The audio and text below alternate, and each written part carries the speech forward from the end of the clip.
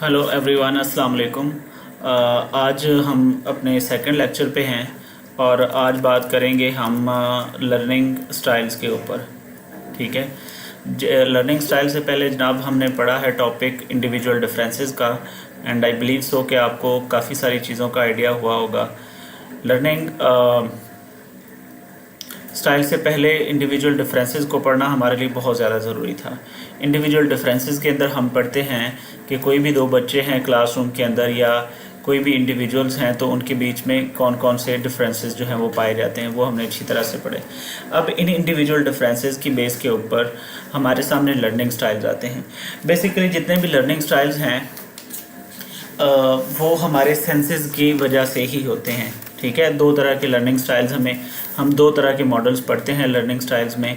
एक होते हैं हमारे cognitive styles, cognitive learning style होता है, और दूसरे को हम कॉमन लैंग्वेज में लर्निंग स्टाइल्स ही बोलते हैं। ठीक है, ये याद रखना आप लोगों ने। बेसिकली ये दोनों हमारी सेंसेस की वजह से होते हैं।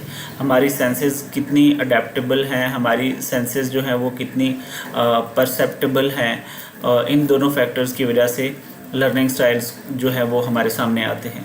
तो यहाँ पे मैं आप लोगों को पहले कोग्निटिव स्टाइल्स जो कोग्निटिव स्टाइल्स हैं इनको दो हिस्सों में हम डिवाइड करते हैं। एक तो हमारे जो लर्नर्स होते हैं पहली तरह के, उनको इम्पल्सिव लर्नर्स कहा जाता है। ठीक है। ये जो है ये किसी भी चीज़ को, जो इम्पल्सिव लर्नर होते हैं ये किसी भी चीज़ को फौरी तौर पर रिस्पॉन्ड करने की कोशिश करते हैं। ठीक है। उसकी वजह क्या है? क्योंकि बैक एंड पे ये उसके ऊपर कोई जो इम्पल्सिव लर्नर है ये बैक एंड पे कोई ज़्यादा काम नहीं करता। इसके पास सामने कोई क्वेश्चन आया है तो ये फौरी तौर पर उसको रिस्पॉन्ड करने की कोशिश करेगा। उसके ऊपर कोई क्रिटिकल थिंकिंग नहीं, कोई इंटेलिजेंस नहीं, कोई जो कोग्निटिव लोड नहीं डालेगा ये। ठीक है। तो दूसरी तरह के जो हमारे जो कोग्निटिव स्टाइल के लर्नर्स होते हैं उनको हम एक रिफ्लेक्टिव लर्नर्स बोलते हैं। एक इम्पल्सिव लर्नर्स होते हैं हमारे पास। ठीक है। कोग्निटिव स्टाइल में एक इम्पल्सिव लर्नर्स हैं और दूसरी तरह के जो लर्नर्स होते हैं उनको हम रिफ्लेक्टिव लर्नर बोलते हैं। जो इम्पल्सिव लर्नर हैं वो क्या करते हैं, वो किसी भी चीज़ को क्विकली रिस्पॉन्ड करने की कोशिश करेंगे। ठीक है।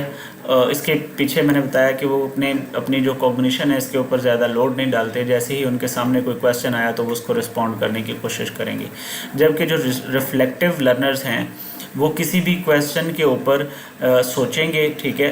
पूरा एक थिंकिंग प्रोसेस जो है वो लगाएंगे और उसके बाद किसी एक आउटकम के ऊपर पहुंच के वो उसका रिस्पांस देंगे। और मज़े की बात है ये जो इम्पल्सिव और रिफ्लेक्टिव लर्नर की बात है इसके ऊपर कोई घंटों नहीं लगते, कोई मिनट नहीं लगते, बस चंद सेकंड लगते हैं। आपने किसी एक बच्चे से क्वेश्चन पूछा, उसने फौरी रिस्पॉन्ड कर दिया। आपने दूसरे बच्चे से क्वेश्चन पूछा, उसने कोई 2-4 सेकंड, 5 सेकंड, 10 सेकंड का वक्फा लिया। इतने ही अरसे के दौरान स्पीड ऑफ लाइट के साथ यहाँ मेमोरी ट्रैवल कर रही होती है हमारी। तो इतने ही अरसे के दौरान, इतने पीरियड के दौरान उसने क्या किया है, उस क्वेश्चन का एक लॉजिकल या एक कॉन्क्रीट एक आंसर सोचा है और वो रिस्पॉन्ड किया है। तो इस तरह के जो लर्नर हैं इनको हम बोलते हैं रिफ्लेक्टिव लर्नर। तो कोग्निटिव स्टाइल के जो लर्नर हैं उनको हम दो हिस्सों में डिवाइड करते हैं, एक इम्पल्सिव लर्नर और एक रिफ्लेक्टिव लर्नर। ये आप लोगों ने याद रखना है। रिफ्लेक्टिव का मतलब है कि वो अपनी जो कॉग्निशन है, जो भी उनके सामने कोई इन्फॉर्मेशन आई है उसको वो सोचते हैं उसके ऊपर मुकम्मल तौर पर। दूसरी तरह के जो लर्नर हैं वो इम्पल्सिव हो गए। अब हम दूसरा मॉडल पढ़ेंगे जिसको नील फ्लेमिंग ने डेवलप किया था। इसको हम बोलते हैं वैक मॉडल। ठीक है। एक तो कोग्निटिव स्टाइल का मॉडल है, कोग्निटिव मॉडल लर्निंग स्टाइल का, और दूसरा है लर्निंग स्टाइल का वैक मॉडल। ठीक है। अब कॉन्सेप्ट क्या है? कॉन्सेप्ट मैंने कल भी बता दिया कि लर्निंग स्टाइल के अंदर हम देखते हैं कि हमारा जो लर्नर है वो इन्फॉर्मेशन को किस तरह से ऑब्जर्व करता है या जो वो इन्फॉर्मेशन को किस तरह से रिस्पॉन्ड करता है। ठीक है। इस चीज़ को बोला जाता है लर्निंग स्टाइल। मैंने आपको ये भी बताया था कि एक मॉडल ये भी है जिसमें हम ये देखते हैं कि कोई लर्नर हाई लर्नर है, मॉडरेट लर्नर है या स्लो लर्नर है। ठीक है। तो आप यूँ भी कह सकते हैं कि आपका जो इम्पल्सिव लर्नर है वो और रिफ्लेक्टिव लर्नर ये भी उसी तरह की कॉग्निटिव स्टाइल के अंदर शामिल होते हैं। अब वैक मॉडल में क्या है? वैक मॉडल में वी से मुराद होता है विजुअल। यहाँ पे अगर आप पिक्चर देखें तो विजुअल लर्नर्स और ए से मुराद ऑडिटरी लर्नर, आर से मुराद रीड राइट लर्नर और के से मुराद किनेस्थेटिक लर्नर। एक्चुअली मैंने कल भी बताया था कि हमारी जो सेंसेस होती हैं they are basic source of knowledge. गिर ना जाए। हमारे जो सेंसेस हैं they are the most fundamental source of knowledge. हमारे सेंसेस ही हमें नॉलेज पहुंचाते हैं। तो उन सेंसेस से हमारे पास जो नॉलेज आता है, जो इन्फॉर्मेशन आती है, उसको आगे फिर लर्नर जो है या इंडिविजुअल अपने दिमाग में से गुजारता है एक पूरे प्रोसेस के ज़रिए। और उस प्रोसेस में हमें सबसे बड़ी थ्योरी जो है वो कॉग्निटिव डेवलपमेंट की, वो जीन पियाजे की मिलती है, जिसे वो कहता है कि हर आने वाली इन्फॉर्मेशन का बच्चा या इंडिविजुअल अपने दिमाग के अंदर एक स्कीमा डेवलप करता है। जब वो उस तरह की किसी दूसरी चीज़ को देखता है तो उसका स्कीमा डिस्टर्ब हो जाता है। उस स्कीमा को डिस्टर्ब होने की वजह से वो डिसइक्विलिब्रियम की पोजीशन में, सिचुएशन में चला जाता है। तो उसको मज़ीद बेहतर करने के लिए वो क्या करता है, वो अपने स्कीमा को दोबारा एडजस्ट करता है और एडजस्ट करने के बाद वो फिर इक्विलिब्रियम की स्टेट पे चला जाता है। तो इसी सारे प्रोसेस को लर्निंग कहा जाता है। तो ये एक मॉडल था, ये बेसिक सोर्स। इस उसमें मॉडल में भी हमारे सेंसेस ही हैं। हमारी आंखों ने ही हमें किसी एक कैट की, एक प्लांट की या एक टेबल की तस्वीर दिखाई और हमने उसका स्कीमा डेवलप किया। सो सब the most fundamental source of knowledge जो है वो हमारी विजुअल है। अब हम इनको थोड़ा सा डिटेल में पढ़ते हैं। अच्छा जनाब जी, विजुअल लर्नर्स कौन से हैं? विजुअल लर्नर्स की अगर विजुअल से मुराद है जनाब जी देखना, ठीक है। विजुअल से मुराद क्या है? देखना। यानी कि ऐसे लर्नर्स है जो सीइंग पे या ऑब्जर्वेशन के ऊपर बिलीव करते हैं, या जो देखने में, चीज़ों को ऑब्ज़र्व करने में बहुत ज़्यादा माहिर होते हैं, तेज़ होते हैं और यहाँ से वो सीखते हैं, ठीक है। जस्ट चल रही है, ओके। बहुत सारे हमारे लर्नर्स जो क्या करते हैं, वो देख के चीज़ों को ऑब्ज़र्व करके सीखते हैं। इसी तरह इसमें यहाँ पे ना एक फिगर है, आप लोगों ने याद रखना है। हमारी जितनी भी पॉपुलेशन है, किसी एक क्लास, मैंने बताया था हमारी जो क्लासरूम होती है, हमारी क्लासरूम डाइवर्स होती है। क्लासरूम के अंदर डाइवर्सिटी पाई जाती है। डाइवर्सिटी का मतलब सब के इंडिविजुअल डिफरेंसेस होते हैं सब के बीच में।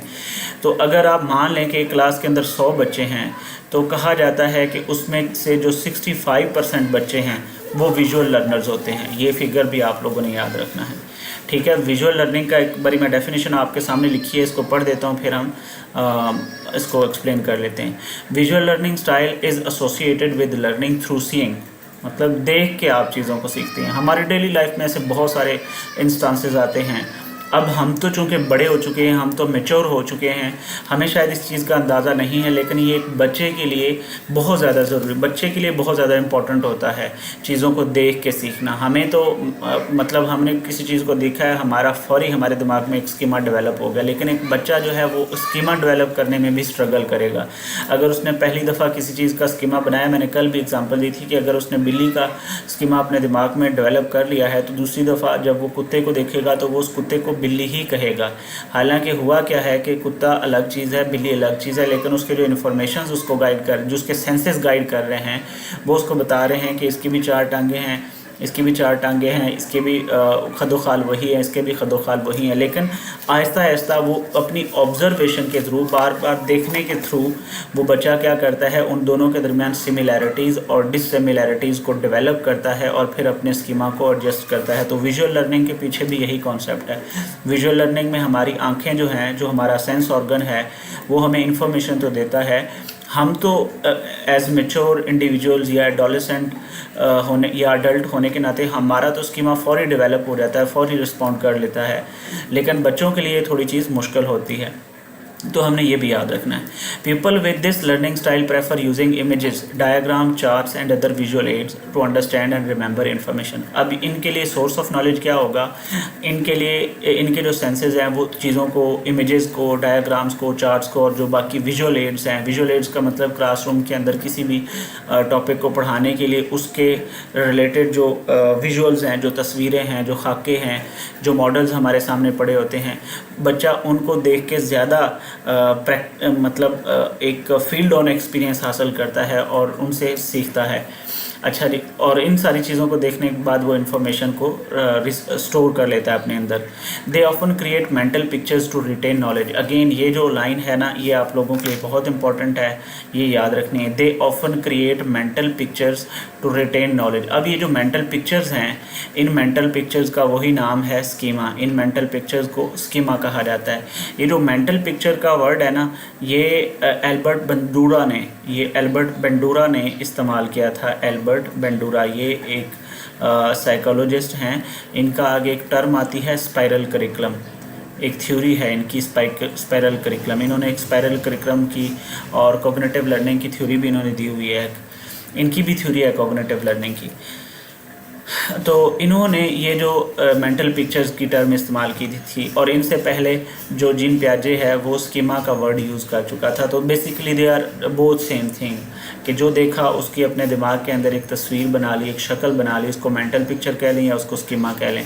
ठीक है। अब यहाँ पे एक और इसमें हमारा सेंसरी मोड कौन सा है, मतलब सेंसरी मोड हमारी आंखें हैं और हम देखने के ज़रिए और ऑब्ज़र्व करने के ज़रिए चीज़ों को सीखते हैं।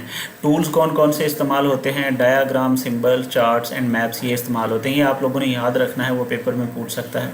अच्छा जी, क्लासरूम टिप क्या है, वो कहता है कि आप अपने क्लासरूम में कलर कोडिंग वगैरह, फ्लो चार्ट्स वगैरह का इस्तेमाल जो है वो करें, ताकि आपकी क्लास के अंदर जो विजुअल लर्नर्स हैं वो उनसे एक्टिव रह सकें। अब मैंने आपको बताया ना कि क्लासरूम की जो साइंटिफिक या जो साइकोलॉजिकल जो स्टैटिस्टिक्स है, उसके मुताबिक आपकी क्लासरूम के अंदर तकरीबन 65% बच्चे जो हैं वो विजुअल लर्नर होते हैं। यहाँ पे एक और बात याद रखना है, हमारी जितनी भी सेंसेस हैं ना, 5 सेंसेस, हमारी 5 सेंसेस हैं, इनको 5 सेंसेस को, ये बड़ा इंपॉर्टेंट है, 5 सेंसेस को गेटवे ऑफ नॉलेज कहा जाता है। गेटवे ऑफ नॉलेज यानी कि दरवाज़ा हैं ये, इल्म का दरवाज़ा है हमारी सेंसेस। ये याद रखना, ये एक टर्म पूछी जाती है। Gateway of knowledge are called, what are called gateway of knowledge, तो नीचे जो ऑप्शन होगा वो सेंसेस का होगा। अब यहाँ पे जो हमारी ऑब्जर्वेशन है, ये कहा जाता है कि हम जो नॉलेज एक्वायर करते हैं, जितना भी हम नॉलेज करते हैं, उसमें से 75% जो नॉलेज है वो हमारा थ्रू ऑब्जर्वेशन आता है, थ्रू सीइंग आता है। ऑब्जर्वेशन से मुराद सीइंग, देखने से आता है।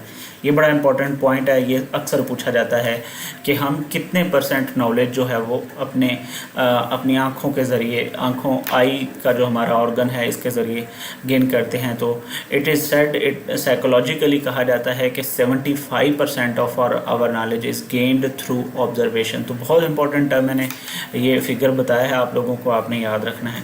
तो ये हमारा विजुअल लर्नर का क्लियर हो गया। दूसरी तरह के जो हमारे लर्नर्स हैं वो हैं ऑडिटरी लर्नर्स। ऑडिटरी का वर्ड निकला है, ऑडिटरी का वर्ड निकला है, यूज़ किया जाता है हीयरिंग के लिए। ऑडिटरी का वर्ड यूज़ किया जाता है हीयरिंग के लिए, और इसमें हमारा कौन सा ऑर्गन इस्तेमाल होता है, हमारा कान जो है वो इसमें इस्तेमाल होता है। देखिए, बहुत सारे ऐसे लोग होते हैं जिनके लिए सुनना जो है वो बहुत इंपॉर्टेंट होता है। आप लोगों ने ऑडियो बुक्स देखी होंगी। ऑडियो बुक्स का कॉन्सेप्ट आजकल इस्तेमाल हो रहा है, जो मतलब ट्रेंड कर रहा है। ऑडियो बुक्स का जो कॉन्सेप्ट है, ऑडियो बुक्स में क्या होता है कि हम किसी भी जो मीडिया प्लेयर है उसको यूज़ करके, जिसमें हमें सिर्फ चीज़ों की टेक्स्ट रीडिंग जो है वो सुनाई दे। देखिए, एक टीचिंग मेथड है टेक्स्ट बुक रीडिंग।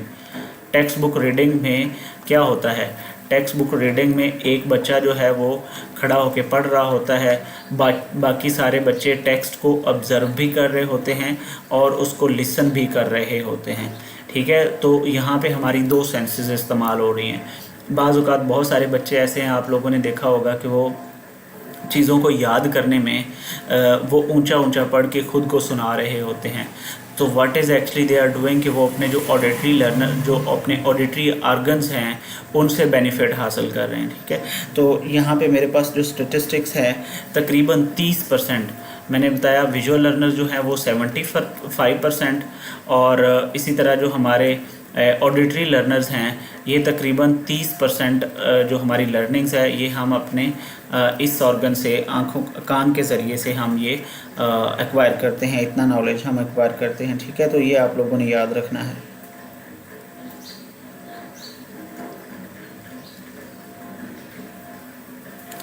अच्छा, इसके बाद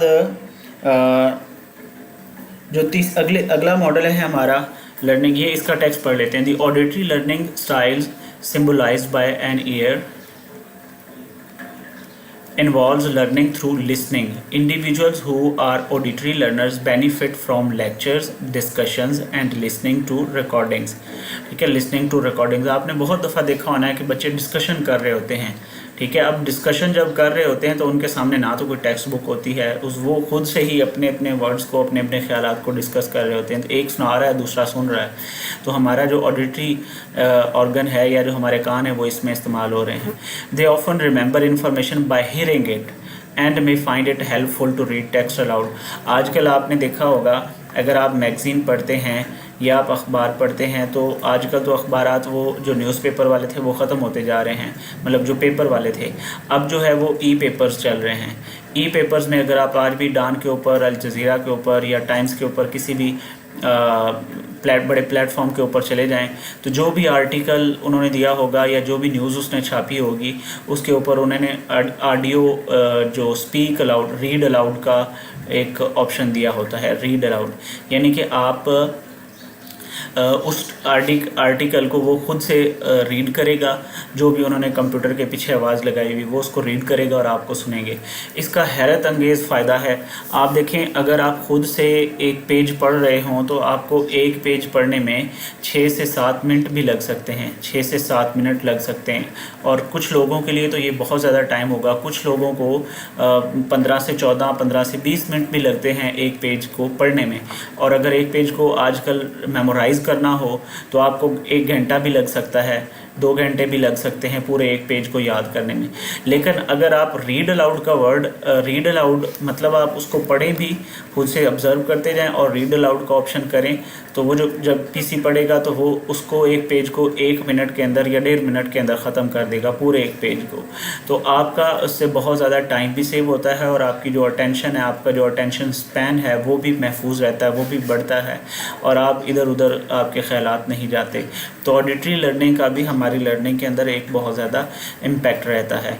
ये बात आप लोगों ने याद रखनी है। एक्सपीरियंस करके देख लें, आप कोई भी बुक लें या आप कोई भी आर्टिकल लें, उसका प्रिंट आउट अपने सामने रख लें और ऑडियो उसकी जो है, आजकल तो माइक्रोसॉफ्ट वर्ड में भी रीड अलाउड का ऑप्शन आ चुका है। तो टेक्स्ट को रीड करने के लिए या पीडीएफ जो है उसको भी रीड आउट कर सकते हैं। पीडीएफ रीडर हैं, जैसे एडोब एक्रोबैट का पीडीएफ रीडर है, वो आपको रीड अलाउड का स्पीकर का बटन देता है। तो वहाँ से उसको लगाएं, हैंड्स फ्री अपने लगाएं, तो आप साथ साथ उसको पढ़ें भी और आप साथ जैसे जैसे वो उसको पढ़ेगा आप उसको साथ सुनते भी जाएँ और अपनी बुक से देखते भी जाएँ। आप बहुत सारे पॉइंट्स उसमें से निकाल लेंगे, अंडरलाइन कर लेंगे, हाईलाइट कर लेंगे, तो आपका जो घंटों का टाइम है वो मिनटों तक आ जाएगा। बहुत सारे लोगों को ये प्रॉब्लम होती है कि उनको पढ़ने में दिक्कत रहती है, हमेशा पढ़ने में वो मुश्किल पेश आती है। मतलब सारा दिन लगे रहेंगे, 5 से 7 पेज हार्डली पढ़ेंगे और सिलेबस में पूरी बुक होती है। तो उस पूरी बुक को ख़त्म करने का सबसे पहला तरीका ये है कि आप ऑडियो लर्निंग की तरफ आएँ, शिफ्ट हो। या ऐसे बचपन में ही आपने देखा होगा कि क्लासरूम के अंदर जब भी टीचर एक बारी सबक पढ़ाता है, फिर वो बच्चों को कहता है कि एक बार तुम पढ़ो, फिर दूसरी बार दूसरा बच्चा पढ़ता है, तीसरा, और तो 10-15 बच्चों से वो रीडिंग करवाता है। और रीडिंग करवाते करवाते जब हम सुनते हैं तो बहुत सारी चीज़ें हमें सिर्फ सुनने से ही याद हो चुकी होती हैं। ठीक है जी, तो इसलिए ये भी इम्पॉर्टेंट है। सेंसरी मोड इसमें लिसनिंग और स्पीकिंग है जनाब जी। टूल्स क्या हैं? डिस्कशन, पॉडकास्ट और वर्बल इंस्ट्रक्शंस। ठीक है, मतलब बोल के बता देते हैं टीचर्स।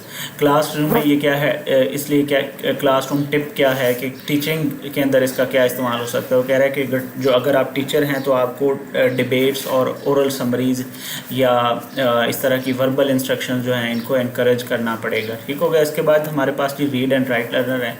रीड राइट लर्नर ऐसे हैं, आपने अक्सर देखा होगा कि बच्चे सबक याद करते हैं, उसको वो ज़बानी अपने आप को सुना रहे होते हैं, अपने आप को पढ़ रहे होते हैं, या सबक को बार बार पढ़ी जा रहे हैं। इसको ड्रिल मेथड भी बोलते हैं। या वो सबक को पढ़ते हैं, खुद लिखते हैं और ख़ुद ही चेक करते हैं। इसको हम रीड राइट लर्नर भी बोलते हैं। ये लर्नर की एक टाइप है, वैक मॉडल के अंदर आती है। और वैक मॉडल किसने दिया था, ये नाम आप लोगों ने याद रखना है। ये नील फ्लेमिंग का वैक मॉडल है। ये थ्योरीज़ का अक्सर पूछ लेता है कि who is the founder of this theory. तो नील फ्लेमिंग ने 1987 में वैक मॉडल दिया था। इसने कहा था कि 4 तरह के लर्नर्स होते हैं, एक visual learner, auditory learner, read write learners. अच्छा, रीड राइट लर्नर्स का हम टेक्स्ट पढ़ लेते हैं।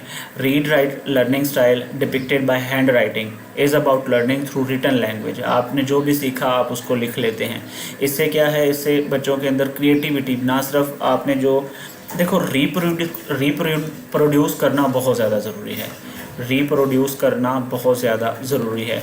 आप जब किसी चीज़ को लिख लेते हैं याद करके, तो आपका जो स्पैन ऑफ अटेंशन है, ठीक है, स्पैन ऑफ अटेंशन वो भी बढ़ता है, और आपका जो रिटेंशन लेवल है ना वो भी बढ़ता है। रिटेंशन लेवल बहुत ज़्यादा ज़रूरी है।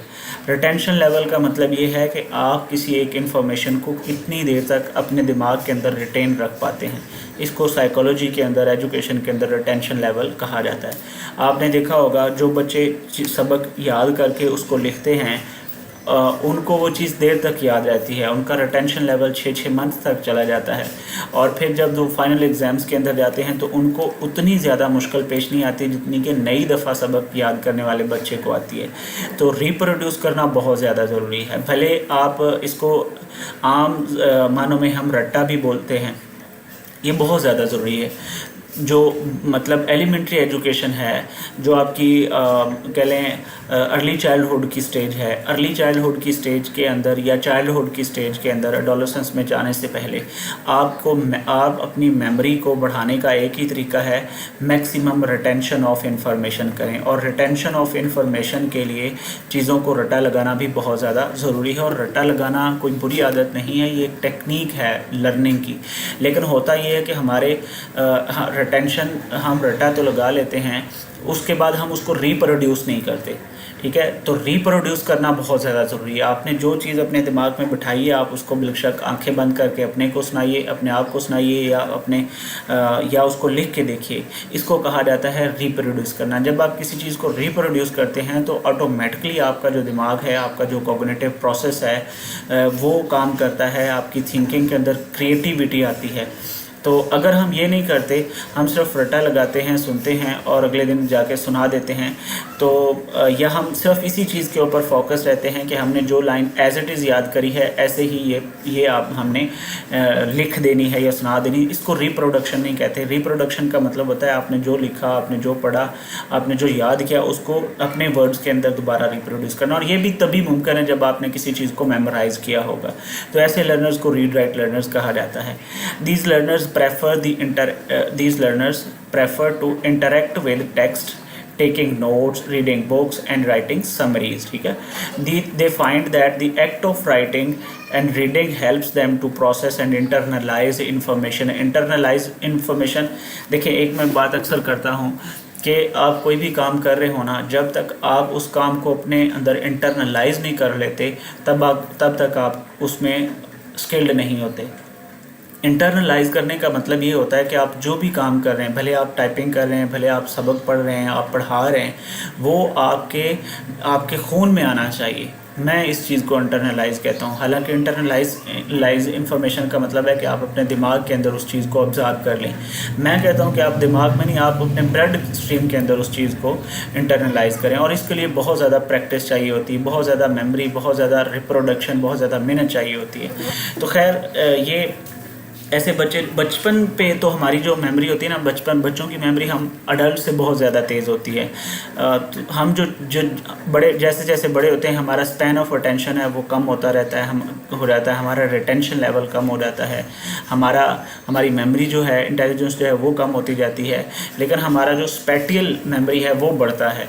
वो मल्टीपल इंटेलिजेंस थ्योरी मैंने कल भी जिक्र किया था, गार्डनर की मल्टीपल इंटेलिजेंस थ्योरी के मुताबिक हमारा जो स्पैटियल मेमोरी है, जो चीज़ों को या स्पेस को देखने वाली मेमोरी है, वो बढ़ती रहती है। जबकि दूसरी तरफ हमारा retention level, span of attention, ये सारी चीज़ें कम होती जाती हैं। बच्चों में ये बहुत ज़्यादा होता है, बच्चे बहुत जल्दी चीज़ों को इंटरनलाइज कर लेते हैं। तो बच्चे कैसे इंटरनलाइज करते हैं? चीज़ों को लिख के। जो लिखता है, जो रीड करता है, लिखता है, वो ज़्यादा तेज़ी से चीज़ों को इंटरनलाइज कर लेता है। इसमें हमारी सेंसरी मोड क्या है जी? Textual input output. हम टेक्स्ट को अपने दिमाग में ले जाते हैं और उसको फिर आउटपुट यानी कि कागज़ के ऊपर लिखते हैं। टूल्स क्या हैं जनाब जी? इसके लिए आपको एसेज लिखवाए जाते हैं, बच्चों से आप ऐसे लिखवा लें, स्टोरीज़ लिखवा लें, बुलेट्स पॉइंट्स में चीज़ें लिखवा लें। ये टूल, टीचिंग टूल इस्तेमाल हो सकता है। अच्छा जी, क्लासरूम टिप वो क्या कह रहा है कि आप बच्चों को प्रिंटेड हैंडआउट्स दें और नोट टेकिंग का टाइम दें, तो इससे बच्चों का जो रीड राइट लर्निंग वाला जो स्टाइल है वो इम्प्रूव होगा, ठीक है। उसके बाद आ जाते हैं जी किनेस्थेटिक लर्नर। किनेस्थेटिक लर्नर हमारे जो हमारी जो टोटल पॉपुलेशन क्लासरूम की है उसके अंदर से जो 5% बच्चे हैं ना वो किनेस्थेटिक लर्नर्स होते हैं। ठीक है, ये याद रखना है। 5%, 65% जो बच्चे हैं वो क्या हैं हमारे, 65% बच्चे हमारे विजुअल लर्नर्स होते हैं, और 5% जो बच्चे हैं वो हमारे किनेस्थेटिक लर्नर्स होते हैं। ये आप लोगों ने ये भी याद रखना है, दोनों बड़े इंपॉर्टेंट हैं। बाकी के जो 30% हैं उनको ऑडिटरी लर्नर्स में और रीड राइट लर्नर्स में ही शामिल किया जाता है। उसमें भी जो हमारा ऑडिटरी लर्नर है उसका शेयर 17% है, और जो दूसरा रीड राइट का लर्नर है उसका शेयर जो है वो 3% का है। ये बड़ा इंपॉर्टेंट है, ये पूछता होता है वो पेपर में सवालात। अच्छा, kinesthetic learning style show with the hand holding a block is related to learning. ये शो विद इसका मतलब वो मैंने जो पीछे एक पिक्चर बनाई हुई है उसकी बात कर रहा है। Related to learning through physical experience and movement. ये वाला जो बच्चा है ये इसको टेक्टाइल लर्नर भी कहा जाता है।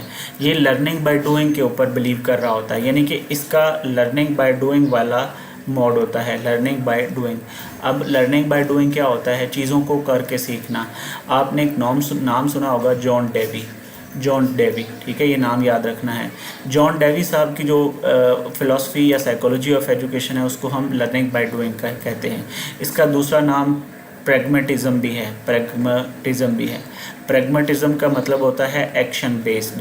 ठीक है, एक्शन बेस्ड या एक्सपेरिमेंटल लर्निंग, बहुत सारे नाम होते हैं एक चीज़ों के। एक्सपेरिमेंटल लर्निंग, ठीक है, ये वो वाले लर्नर्स होते हैं वो जब तक फील्ड ऑन एक्सपीरियंस ना कर लें, या जब तक एक्सपेरिमेंट ना कर लें, या जब तक रोल प्ले ना करें, तब तक इनको चीज़ें समझ नहीं आती। मतलब इन्होंने पढ़ा भी, इन्होंने चीज़ों को देखा भी, ऑब्ज़र्व भी किया, याद भी किया, लेकिन जब तक ये चीज़ को, जो भी ये चीज़ पढ़ते हैं उसको एक्सपेरिमेंट या रोल प्ले नहीं कर पाते, तब तक ये चीज़ को नहीं सीखते। और ऐसे बच्चों की तादाद बहुत कम होती है। ये 5% के करीब बच्चे हैं आपकी 100% की क्लासरूम के अंदर। ठीक है, इन बच्चों को किनेस्थेटिक लर्नर कहा जाता है। किनेस्थेटिक का मतलब आप लोगों ने लेना है जो लर्निंग बाय डूइंग, मतलब जो चीज़ सीखेंगे उसको करेंगे प्रैक्टिकली, जो भी स्टेप। ये ऐसे जो बच्चे होते हैं ना, ये साइंटिफिक नेचर के बच्चे होते हैं। ये साइंटिफिक दिमाग होता है इनका, रियल लाइफ के ऊपर बिलीव करते हैं, और फिज़िक्स वगैरह या यूनिवर्स वगैरह के बारे में ज़्यादा सवालात अपने दिमाग में रखते हैं। प्रैक्टिकल जो नॉलेज होता है उसके ऊपर ही ये बिलीव करते हैं। ऐसे लर्नर्स को हम किनेस्थेटिक लर्नर बोलते हैं। किनेस्थेटिक लर्नर्स, यहाँ से मैं पढ़ता हूँ, kinesthetic learners are also known as tactile learner. इनको टेक्टाइल लर्नर भी कहा जाता है। Kinesthetic learners are also called tactile learners. They learn best by doing through hands-on activities, experiments and real life applications. ठीक है, they retain information through muscle memory and physical sensation. through muscle memory का मतलब क्या है कि practical, जैसे जैसे मतलब टाइपिंग ही है ना, मुझे आपने बता दिया कि इसके नीचे, इस फिंगर के नीचे ए है, इसके नीचे एस है, इसके नीचे डी है, इसके नीचे एफ है, हो सकता है मुझे याद रह जाए, लेकिन ये जब तक उसको प्रैक्टिकली नहीं कर पाएंगे अपने कंप्यूटर के ऊपर, कीबोर्ड के ऊपर, तो ये इस चीज़ को, जब तक ये चीज़ इनके मसल्स पे नहीं आएगी, ये उसको रिटेन नहीं करेंगे। तो ऐसे जो लर्नर हैं ये मसल मेमोरी के ऊपर बिलीव करते हैं या फिज़िकल सेंसेशन के ऊपर बिलीव करते हैं। कौन से लर्नर? जिनको किनेस्थेटिक लर्नर बोला जाता है। ठीक है, ओके, तो ये एक हमारे पास 4 टाइप्स थी, विजुअल लर्नर, ऑडिटरी लर्नर और रीड राइट लर्नर, और उसके बाद किनेस्थेटिक लर्नर। अब ये जो लर्निंग एक्सपीरियंसेस हैं, इसके ऊपर हमें एक थ्योरी भी मिलती है। ये थ्योरी का बस आप लोगों ने नाम याद रखना है। एडगर डेल साहिब हैं, एडगर डेल, इन्होंने थ्योरी जो है वो पेश की है, और इस थ्योरी का नाम है कोन ऑफ एक्सपीरियंस। इसे लर्निंग पिरामिड भी कहा जाता है, और इसे कोन ऑफ एक्सपीरियंस भी कहा जाता है। कोन ऑफ एक्सपीरियंस, ये थ्योरी लर्निंग स्टाइल्स को डिफ़ाइन करती है, लर्निंग स्टाइल्स को। तो ये आपने ना सिर्फ नाम याद रखना है एडगर गेल की थ्योरी का। ये बहुत इंपॉर्टेंट है, पेपर में ये पूछा जाता है कि कोन ऑफ लर्निंग या लर्निंग पिरामिड की थ्योरी जो है ये किसने दी है। कोन ऑफ एक्सपीरियंस या कोन ऑफ लर्निंग भी बोला जाता है, कोन ऑफ एक्सपीरियंस भी बोला जाता है, लर्निंग पिरामिड भी बोला जाता है। एक्चुअली ये जो थ्योरी है इसके मुताबिक जो एडगर जेल हैं इन्होंने दो तरह के लर्नर बताए हैं। एक जो एब्स्ट्रैक्ट लर्नर होते हैं और एक कॉन्क्रीट लर्नर होते हैं। ये भी एक लर्निंग स्टाइल है। एडगर गेल की जो थ्योरी है, डेल की जो theory of cone of experience है, इसके मुताबिक आपके लर्नर्स जो हैं वो दो तरह के होते हैं। एक एब्स्ट्रैक्ट लर्नर होते हैं और एक कॉन्क्रीट लर्नर होते हैं। एब्स्ट्रैक्ट लर्नर वो होते हैं जो चीज़ों को, देखें एब्स्ट्रैक्ट क्या होती है, एब्स्ट्रैक्ट हर वो चीज़ होती है जिसको आप सिंपल विजुलाइज कर सकते हैं, फील कर सकते हैं, इमेजिन कर सकते हैं, ठीक है, उसकी फ़िज़िकल एग्जिस्टेंस नहीं होती, ठीक है। तो ये चीज़ों को मतलब वही वाली बात आ गई। सबसे टॉप पे जो है वो हमारा विजुअल लर्नर होता है, सबसे नीचे हमारा जो होता है वो किनेस्थेटिक लर्नर होता है। किनेस्थेटिक लर्नर वो होता है जो चीज़ों को एक्सपीरियंस करता है, चीज़ों को छू के, टच करके, लर्निंग बाय डूइंग के थ्रू, अपनी मसल मेमोरी के थ्रू याद करता है। इसी तरह यहाँ पे एक एब्स्ट्रैक्ट लर्नर है डेल साहब के मुताबिक एक एब्स्ट्रैक्ट लर्नर है और एक हमारा कॉन्क्रीट लर्नर है, ठीक है। जो एब्स्ट्रैक्ट लर्नर है ये क्या करता है, ये टेक्स्ट, विजुअल, सिंबल वगैरह के ऊपर रिलाई करता है, पिक्चर्स के ऊपर, ऑडियो रीडिंग्स के ऊपर। तो जैसे जैसे आप नीचे आते जाते हैं आप एब्स्ट्रैक्ट से कॉन्क्रीट लर्नर्स की तरफ चले जाते हैं, ठीक है।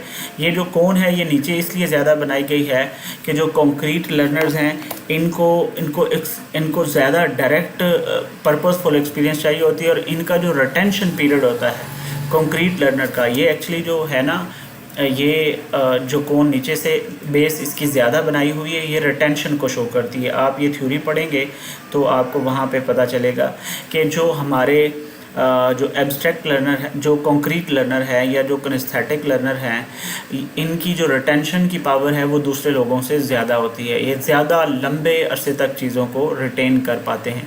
पीछे मैंने शुरू में एक टर्म ये बताया था कि हम 75% of the knowledge we gain from our visuals, we gain from observation, seeing, वो नॉलेज गेन करने की परसेंटेज थी, ठीक है। लेकिन ये बात आप लोगों ने याद रखना है कि नॉलेज को या इन्फॉर्मेशन को रिटेन करने का जो सबसे ज़्यादा पीरियड है, जो सबसे ज़्यादा अरसा है, वो कॉन्क्रीट लर्नर्स का है या वो हमारे किनेस्थेटिक लर्नर का है। उसकी वजह क्या है?